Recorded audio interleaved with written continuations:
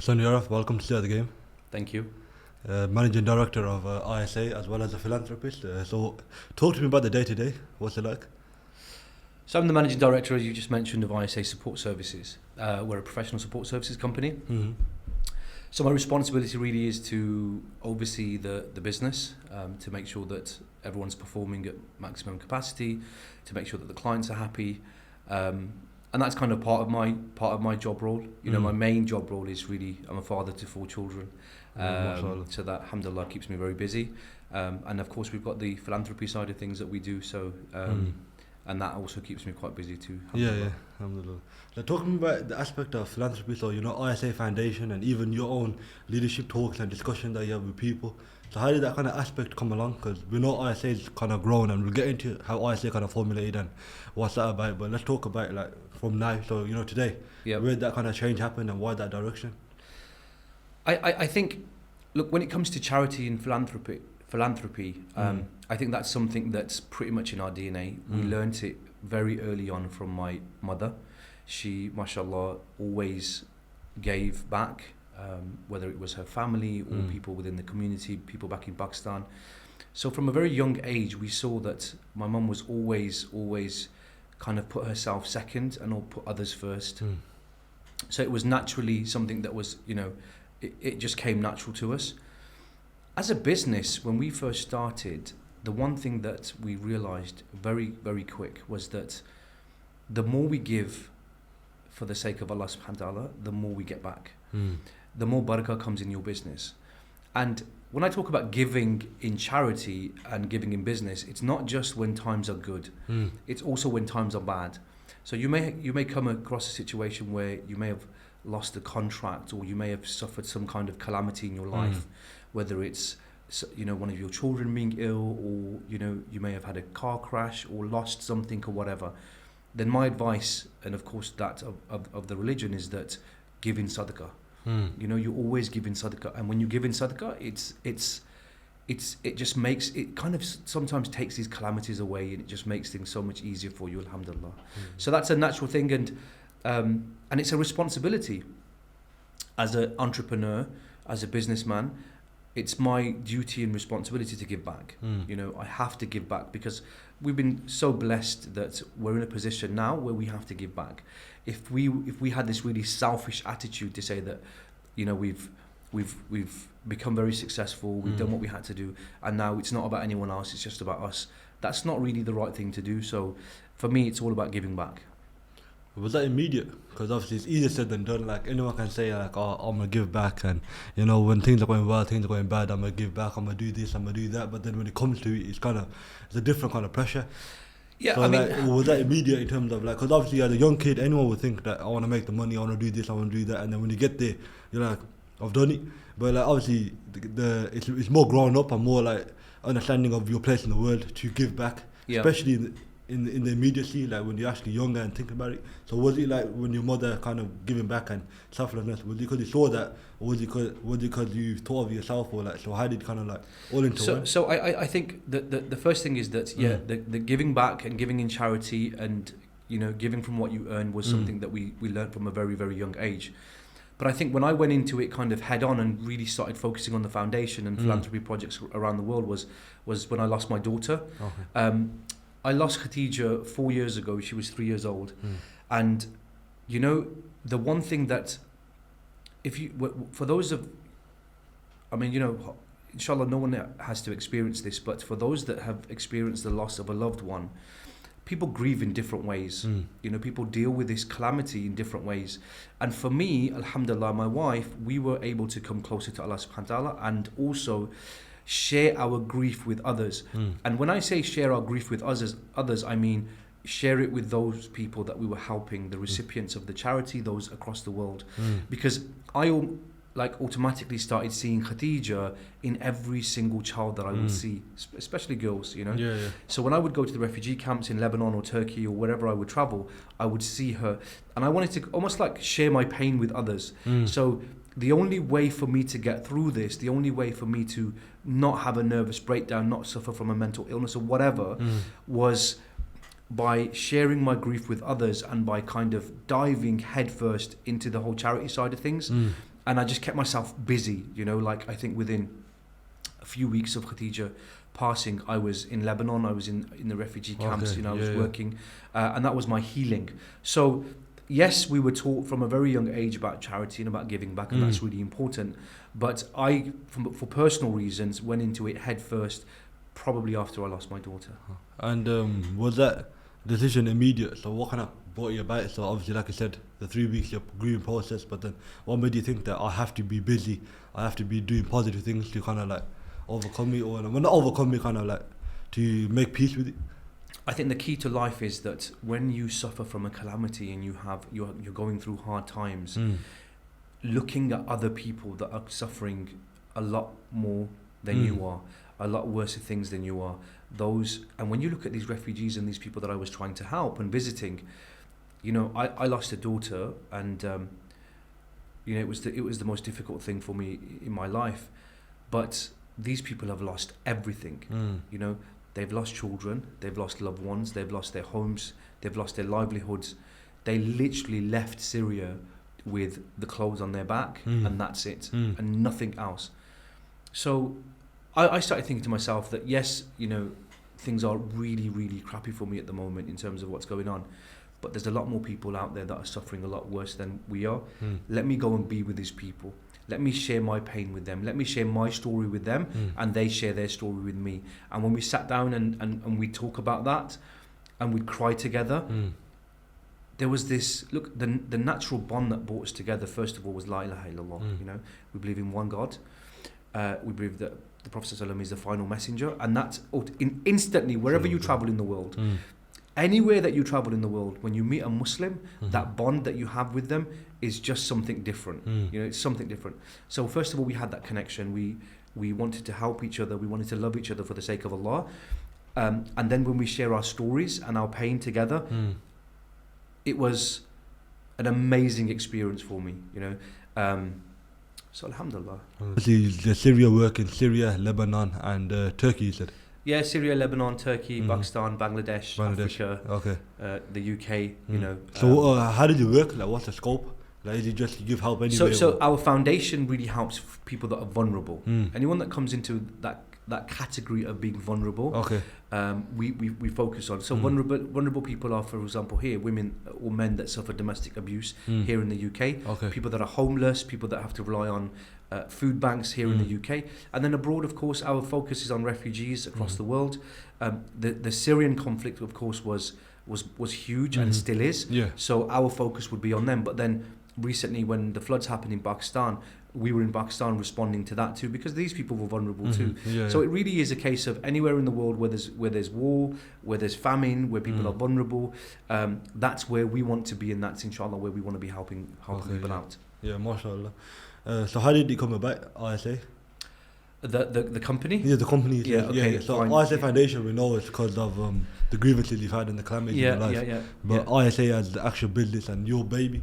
Yeah, my baby, absolutely. So look, I used to work for West Midlands Police, and when I left the force, it just felt like the natural thing to do to start a security company. Let's start there, you know, the West Midlands Police. Okay, yeah. How did that come about? So look, when I was at college, I was studying my A-levels, and I wanted to go to university and become, and do international politics. That was something that I always dreamt of doing. I was a student president at college, and I wanted to get into politics. So I studied, and I applied. What was the idea, Prime Minister? Possibly, bro. I don't know. I mean, like, just the whole idea of, you know, politics and helping people and making a change and making a difference, because everybody complains from the sidelines. You know, everybody sits here and they're not happy with local government. They're not happy with national. They're not happy with a lot of things, right? But my take on life is that if you're not happy with something, rather than sitting there and complaining, do something about and it. being a keyboard warrior, get up and do something about it. Make a difference, you know. And how are we going to influence change? How are we going to make a change? Is if we can get a seat at the table, you know. If you don't have a seat at the table, you can't make change, bro. That's the reality of it. So I said, look, if I'm going to make a change, if I'm going to, you know, help make this world a better place and get rid of all these bad things that are happening, then I need a seat at the table, Anyway, so I applied to Aberystwyth University to study international politics, and actually got accepted. But things at home weren't that good, for me. So, my dad had just kind of lost his job, and financially things weren't great. So I had to make that decision that do I really go to university and almost become a burden on my parents and leave them on their own? Okay. Or do I sacrifice that dream that I always had and stay at home and help my parents? And alhamdulillah, I chose the latter. I stayed at home. Okay. It's a big decision, Your parents come first, bro. There is. Yeah, but again, like I said, it's easier saying it, and then it's hard, a lot harder doing it. So it was difficult. It's almost like sacrificing something that you've dreamed of for all your life. All your friends are going off to university and having a really good time, and you're not. But like I said, we plan and Allah plans, and He's the best of planners, alhamdulillah. So I didn't go, and So I was speaking to a careers advisor, and I said, look, she was like, what do you want to do? And I was like, well, I'm thinking of joining the police. Why the police? It was just something that I always wanted to, again, probably coming back down to that helping people. Like my idea of joining the police was kicking doors down, beating up the bad guys, and being like, the knight in shining armor, but just not in shining armor, but and the police uniform. So I just wanted to always do it. It was one of them things from a very young age. I wanted to kind of join the police, and even the idea of going to university and studying international politics, I probably would have joined the police afterwards anyway. Okay. What is it, the whole idea? That I could make a difference. That if we talk about racism within the police force, and there's a lot of, especially with our youngsters, and maybe with a lot of your listeners, there's this stigma attached when it comes to not just West Midlands Police, but any police force. That they're racist and they don't understand the communities that they serve and all that stuff. Again, it comes back to that complaining and doing nothing about it or making a difference. That's what I'm trying to get at. So I said, look, if we're going to make a difference, and we need to join the force, and I wasn't just I didn't just want to stop at being a constable. I wanted to work my way up the ranks. I'm very kind of career driven, and I wanted to become successful in that, and get to a very senior level where I felt that I could make a difference. So she said to me, well, if you're not going to university, son, you can apply to the police, and they've got this I think it was like an accelerated program where if you're intelligent and you whatever, you're driven, you can kind of move up the ranks pretty quick. So I said fine. So I applied, and it took me 3 years to get in. Okay. Because they stopped recruiting like halfway through. And they put this freeze on, and I was like, gosh. So I was like, I got through like 2 stages, then they stopped it. So as I was waiting to join the police, I did different jobs. I worked at Burger King, I did sales, I did door to door, I did cleaning. I did all that kind of stuff. What was the feeling like? So how you've had to stop obviously international politics because your parents were, your dad just lost his job, things were easy, so you've done that for them. But then now you've tried to join the police force and then that's stopped. No fault of your own again.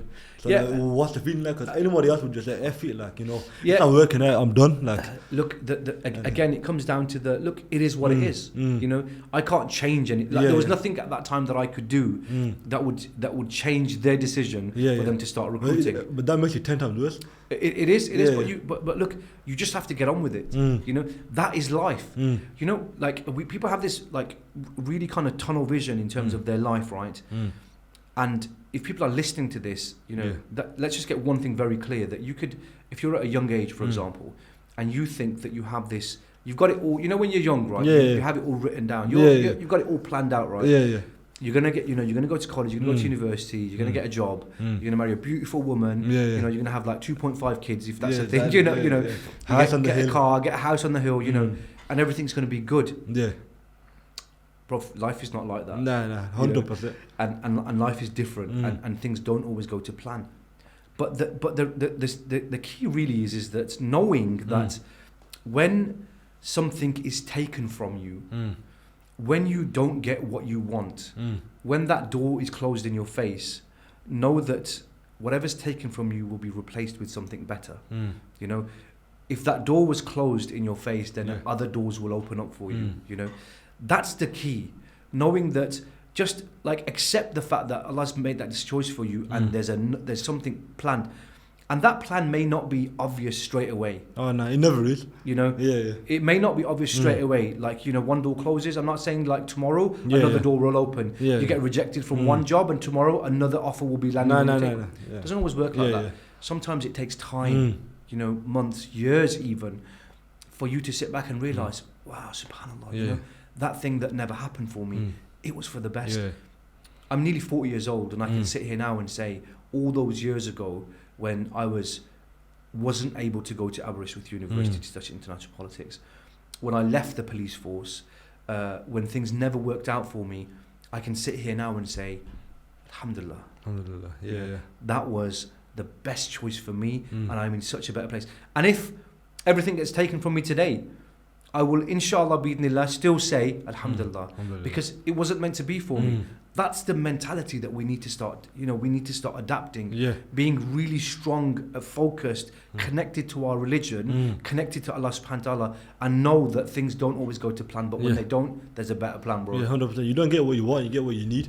Absolutely. Like hearing stories like that when you just said there, like, what you call it, your parents said to you that well, actually you made that decision yourself because your parents lost their job, that you want to stay home, and then the police force happened, and then they go accelerate program, you got gassed thinking I'm there, and then 2 years after they go, oh that's it, you're taking no more. And then now you're like, oh, where do I go? And then you kind of kept going and got there. So I really rate that, man. Thank you. So talk about the distance from obviously you from the police force to ISA. Yeah, so I left the force. It just felt like a natural progression for me to start a security company, and I started a security company.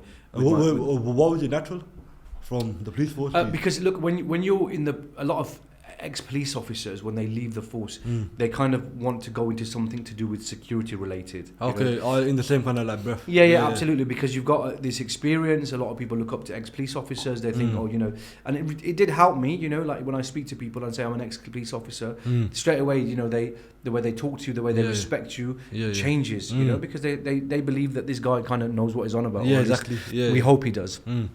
And I started a company, you know, I started a company before that with my brother-in-law, and we ran that for 4 years. Alhamdulillah, very successful business, but it was after 4 years it was time for us to part company. So I walked away from that business. He still runs it, mashallah, he's doing a great job. And I left, I walked away from it, and that was when we started ISA, me and my partner. And you know, ISA was started kind of 10, 11 years ago. Alhamdulillah, we've always been true to our values in terms of honesty, integrity, you know, openness with our clients. And the barakah just came in, you know. We decided, you know, like when we were running the business, in that process, if we look back at the last 10 years, we've suffered many personal calamities, and even from a professional level, that, you know, I lost 2 children, I lost a son and I lost a daughter. But we kept going, you know, because the one thing that I remember when I was in hospital for the 3 years of Khadija's life was that the one thing that I didn't have to worry about is paying the bills, you know, because I had a business and I had a team that was running that business for me. So for them 3 years, I was almost out the business, you know. So I didn't have to worry about that in terms of like paying the parking at Birmingham Children's Hospital, because it's expensive, right? It's in the city centre.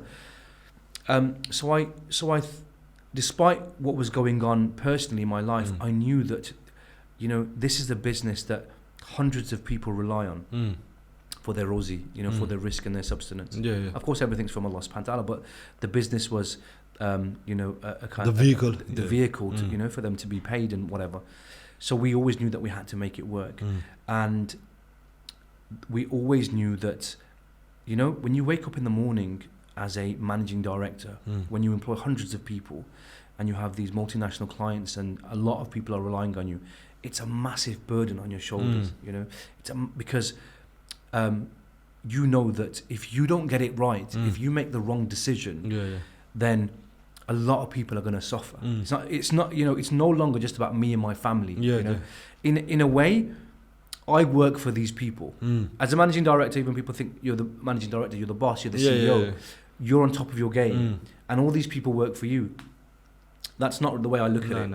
I look at it like I have to go into work and I have to make this business successful because I'm working for my employees. I'm working to make sure that they have a livelihood, that they have a future, that they have careers, that they can pay their mortgages and their bills and look after their kids. So that's a huge responsibility. But we always knew that we have to make it work. Like, there is no plan B, bro. You know, this is it, you know. Alhamdulillah, you know, we did things properly. We were always, we used our faith to govern the way we run our business.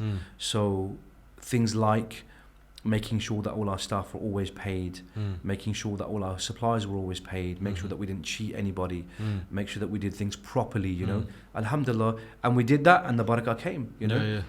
And we just kept growing and growing and growing to a multi-million-pound business that we are today, alhamdulillah, which is fantastic. Well, you made it sound there like it's easy, like it's A, B, C, D, E, F, G, but especially security, because I've worked with ISA as well. Like, I worked for ISA for a stretch in the quarantine hotels. MashaAllah. And how was your experience? It was good. No, it was good. If it was bad, I would have told you, but it was good.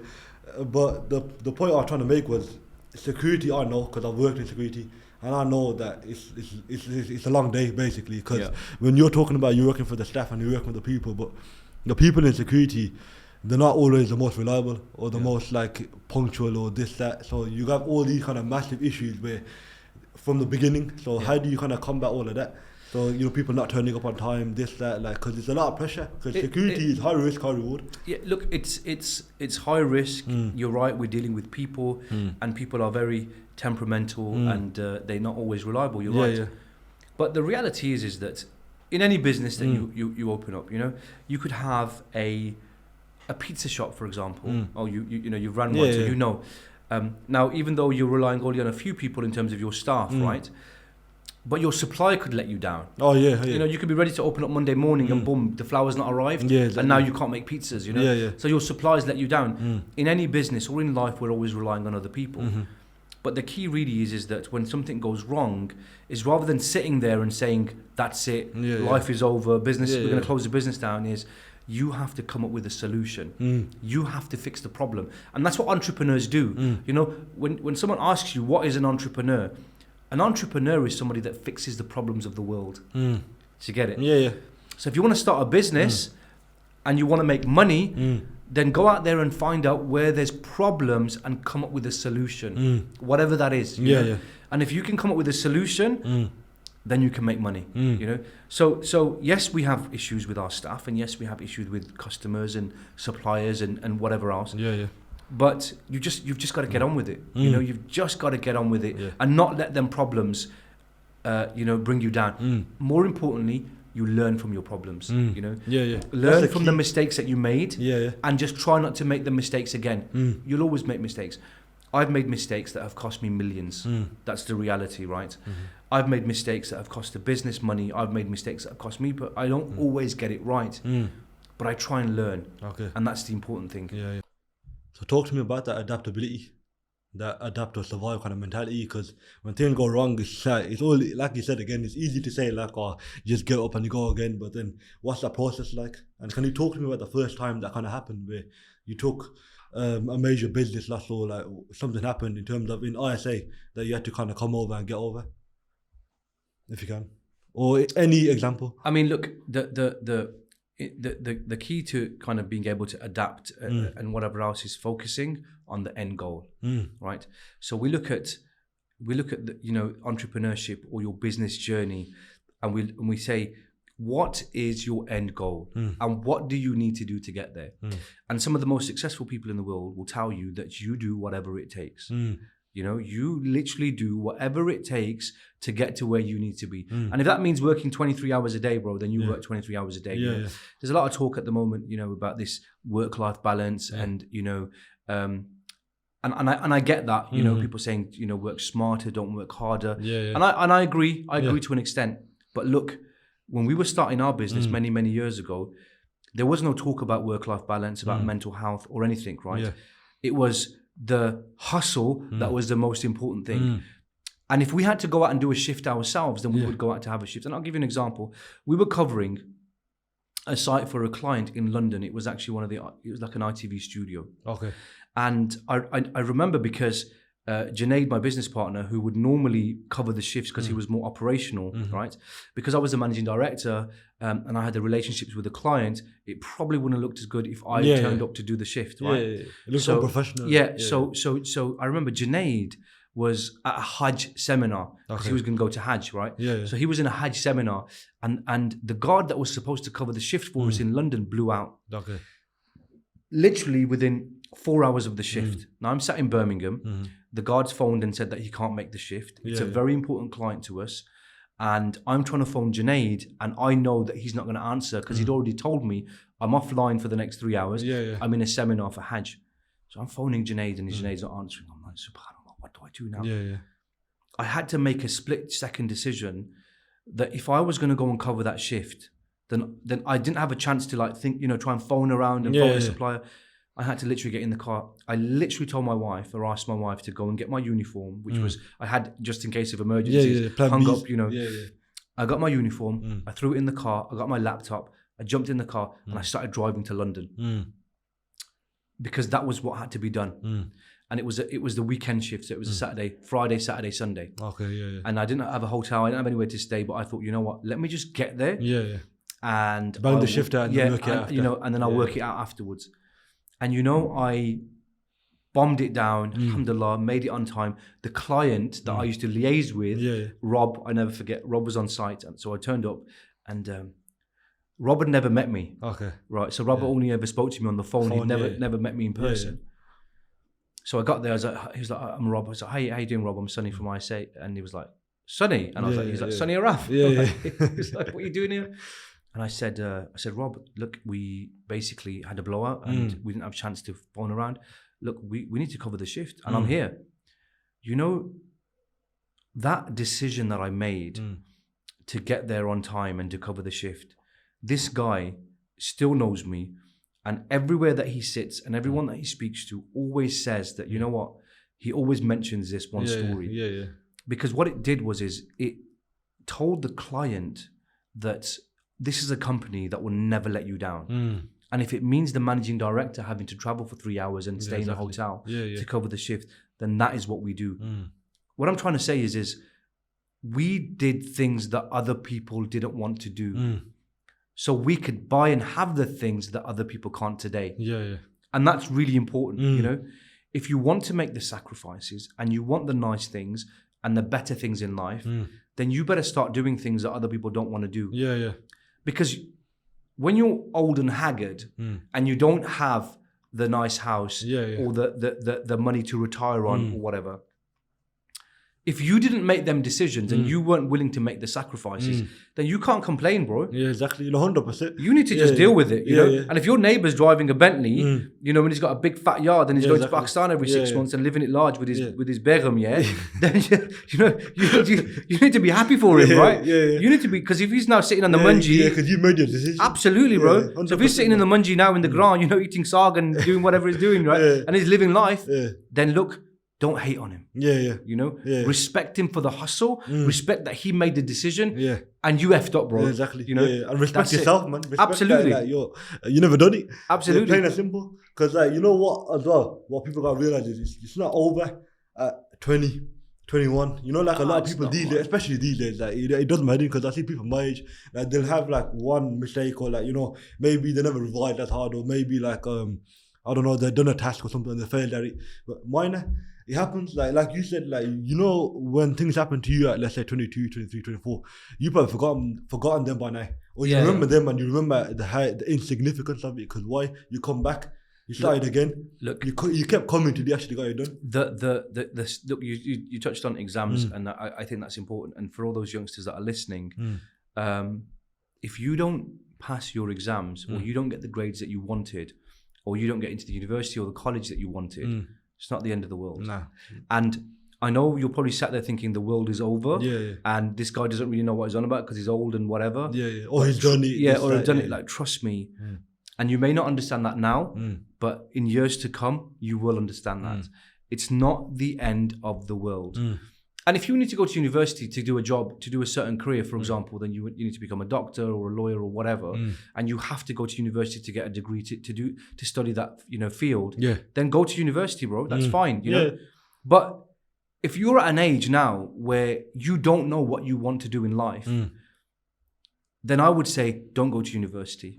Like if you're going to do a course and you really don't know what you want to do and you don't know what you want to do when you come out of university, it's a waste of time. And you're just doing it, then it's a waste of time. You know, because all that's going to happen is you're going to go to university, you're going to get in debt, you're going to come out of university still being unsure about what you want to do, probably hating the course that you did, and being 25,000 pounds in debt. Exactly. So if you're unsure, don't bother, bro. 100%. Because like we're talking about university, like, I know of a story where one of my dad's mates, where he went to university and we did every year 3 times. Wow. Yeah, and he still became a lawyer, and now he's making good money, mashallah, and he's actually paid off his debts, and he's done it. Because why? Because he had a vision. So that's what I feel like, especially nowadays, you gotta pick your end goal. Like if you want the house on the hill, you gotta pick some sort of direction where it might not be the actual job, but a field where, like, if you do these kind of steps, you might get there. So like when you're on about entrepreneurship, if you pick entrepreneurship, that's fine. So work on something, start a car business, start something like a small hustle where you can find out if you've actually got the minerals or not. Can you actually wake up at, like you said, 8 o'clock, 7 o'clock in the morning, have a basically half a cereal, jump out, bang everything out, come back, get something else, do 14, 15 hour days. And if you can't do that, then I can't do it. So then you find another job and find something where you're actually good at and you can excel at. But what people do nowadays is they'll try something like, I don't know, make cups or whatever. They cut the scissor wrong, the cup's dead, and then they're like, oh, study, like that's it, it's done. You know what I mean? Like you know, see that as well. Look, when we talk about entrepreneurship, it's really important to remember that there is different types of people in the world that have different DNAs that have the skills and the ability, different to their neighbors, right? If you want to start a business and you've got the entrepreneurial gene and you've got that hustle, and as Asians, right, it's a natural thing. Like our parents came to this country, or our grandparents came to this country with nothing, literally with the clothes on their back. Right? Yeah, I know. And mashallah, they worked really hard. There was often 15, 20 people living in one house. They used to share the beds. They would have shifts. Like one person would be doing night shift, and he would be in the bed, and then the guy would do the day shift and whatever else. And this is what they did. They did what they had to do. And immigrants, when immigrants have this natural God-given ability to just do the hustle and get it done. And alhamdulillah, we have a lot we owe a lot to our parents and our grandparents. These, guys, the older generation that we see today in the masjid, right? The old men that you see that you don't really give that respect that they deserve to. No, the 100% deserve it. These guys deserve it. They laid the foundations. They fought for our rights. They were the ones that built the masjids here. They are the ones that did whatever they had to do to make sure that our lives are more comfortable. The pioneers. They're the pioneers. So next time you see that uncle sitting on that chair reading his salah in the masjid, go up to him and give him salams and even give him a hug, and ask him about how he is and how his family is, because these were the pioneers and we owe a lot to them. Anyway, the thing is, we owe a lot to our parents, but going back to this entrepreneurship, so we've got this natural gene within us, this natural God-given ability of becoming entrepreneurs and seeing the hustle, but not everyone has that. So not everyone's supposed to be an entrepreneur. So when I talk about different folks, absolutely. So when I talk about success and becoming successful, it's you can do that within your field. So I'm sat here now saying I want to become a role model for the future generations and for the entrepreneurs within our communities, right? I want to inspire people and let people know that they can be the best that they can be, right? They can be the first. And being the first, this concept about being the first is quite interesting actually, because you may come from a family of taxi drivers, for example, right? So your granddad was a taxi driver. Your dad's a taxi driver. Your brothers are all taxi drivers. Your uncle's a taxi driver. Right? And for you as an individual, as a young gun here now in Birmingham or wherever, you're thinking to yourself, I'm become a taxi driver. Because everyone's a taxi driver. Exactly. That's all you've ever seen. That's the environment. What I'm saying to you is, young man or woman, just because everybody in your family did that does not mean that you have to do that. You can be the first. You can be the first in your family to go to university. You can be the first in your family to become an entrepreneur. You can be the first doctor in your family. Just because the circumstances around you at that time meant that they could only be taxi drivers. Because I'm not taking anything wrong. Alhamdulillah, if it's a halal income, then it's all good. No, it's all good. For me, that's a deciding factor. Yeah. As long as it's a halal income, whether you're a taxi driver or a cleaner or whatever, it's all good, bro. Yeah. I have got no issues. I think what you're trying to get at is the ones that want more and they limit themselves to just being a taxi driver because, again, different strokes. Because that's all they've ever seen. Yeah, exactly. They don't know any different. Yeah. The world is a huge place, and people that, in our communities, people that I know, people that you know, haven't travelled. Bro, there's people that haven't left Birmingham. Yeah, I know. Yeah, it's amazing. You know? Yeah. We had an employee once. It was a young kid that came to us as an apprentice. His name was Mark, right? Okay. And he used to live in Sandwell. And I remember we had an audit at work and we passed the audit, alhamdulillah. So what we normally do is when we pass audits is we say, right, everybody stop working. Let's get in the cars and we're going to go to a nice restaurant and we're going to have dinner, right? We treat the staff on that day. So we went to a Michelin star restaurant and I remember we were like, all the staff are sitting around and, you go into this restaurant and you've got you've got your plates and your spoons and your knife, the cutlery and whatever. So Mark's looking around like he's lost. Like, looking at the cutlery. And so I said, Mark, you're right. Like, what's going on, bro? We're in a restaurant, And he said, Sonny, I've never been to a restaurant. I was like, subhanAllah. He'd never sat in a restaurant for a proper meal, bro. I know. And I was like, because I mean, the penny should have dropped when the waiter came around to take our drinks order. So what would you like with your food, right? So everyone's ordering Coke, whatever, sparkling water, yada, yada. Mark's like, I'll have a cup of tea. Like, you can have tea with your steak. What's going on, bro? It doesn't make any sense. But look, he'd never been to a restaurant. And there's two things to take from that.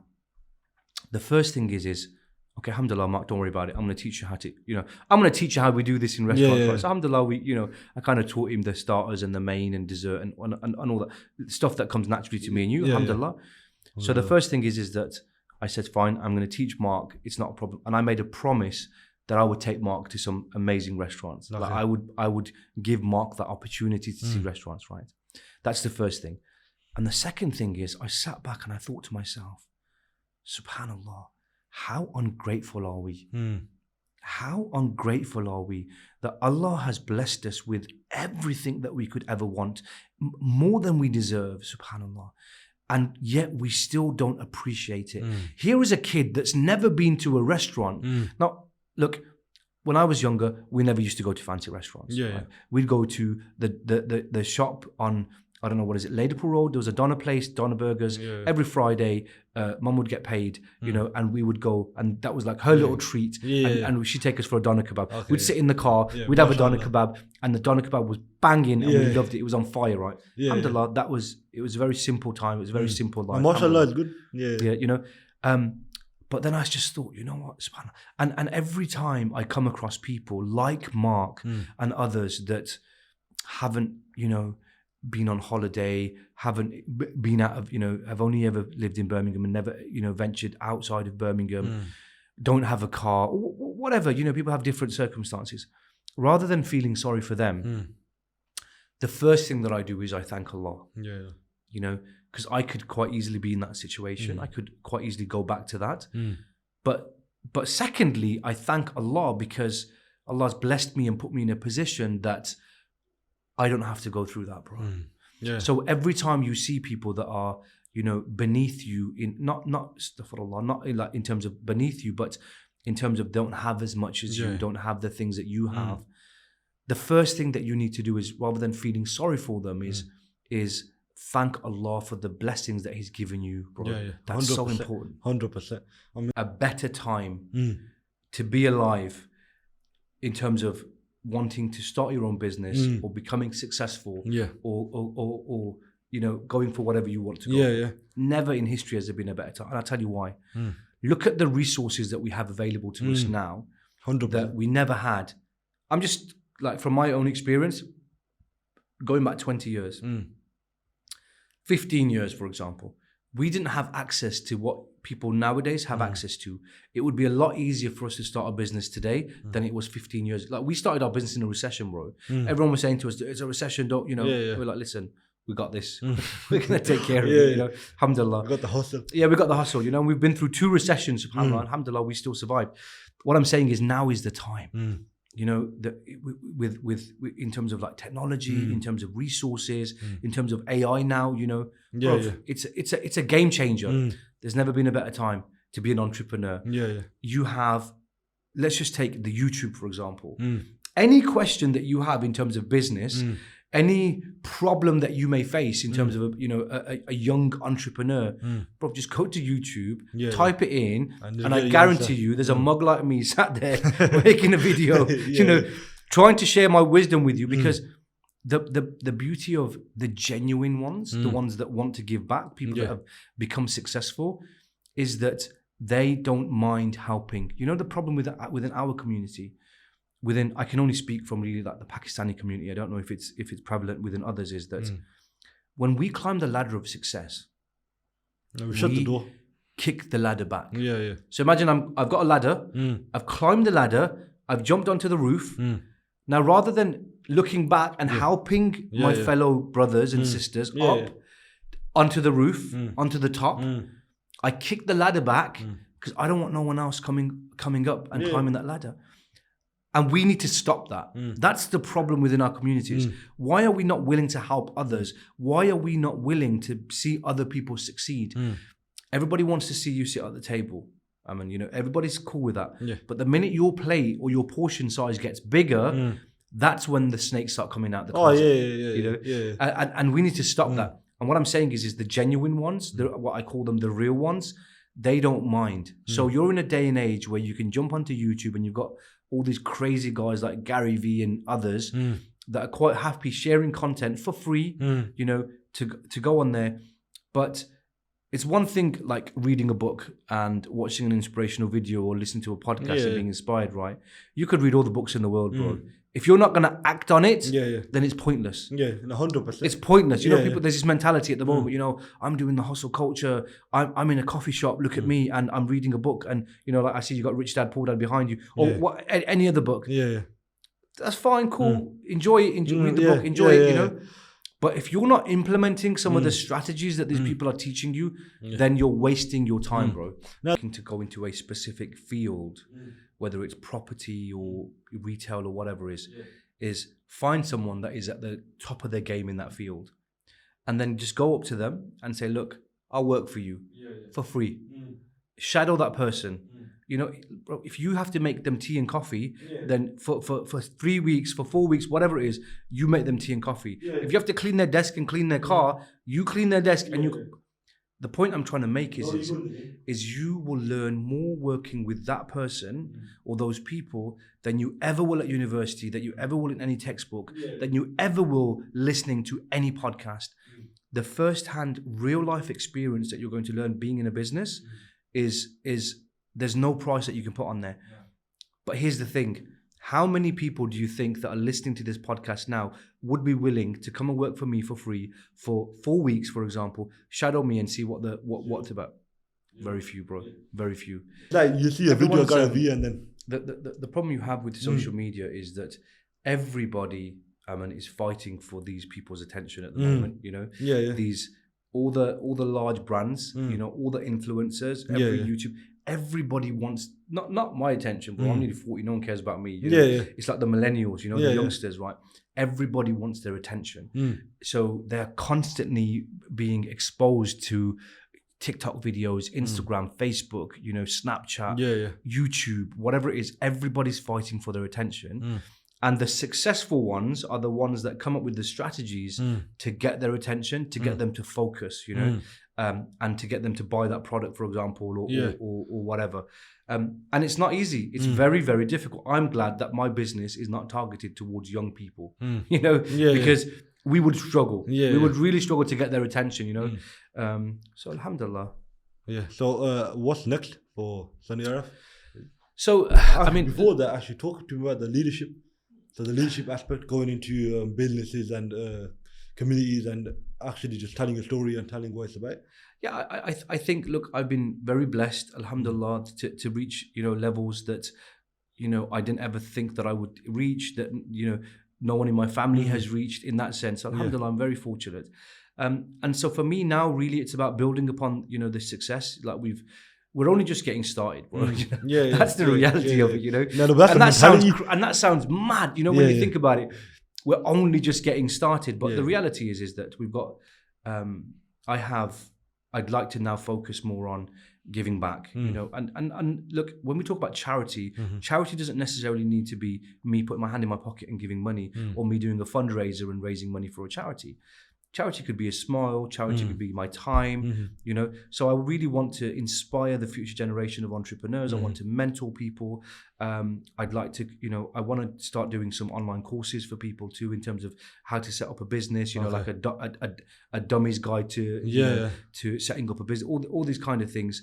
I'm going to start doing retreats, inshallah, for entrepreneurs. So one of the, and it's the first time I'm mentioning it on a podcast really, but one of the ideas is that for me, the major factor, the two major factors to my success, or to the way that the reason that I am what I am today is, of course, you know, everything is from Allah, but you know, my upbringing and what I saw when I was a child and my religion, these two things, right? Major aspect. Yeah. So what I want to really do is for entrepreneurs, and this isn't really new entrepreneurs, this is seasoned entrepreneurs, people that have successful businesses, is do retreats where we take them to Umrah. So there's a group of 10 people, for example, we go to Umrah, we perform Umrah, alhamdulillah. We then spend some time in Saudi Arabia. We have speakers that come that specialize in different fields in terms of entrepreneurship. And what we do is we say from a worldly perspective and from an akhirah perspective, right? So like, what does it mean to you to be an entrepreneur?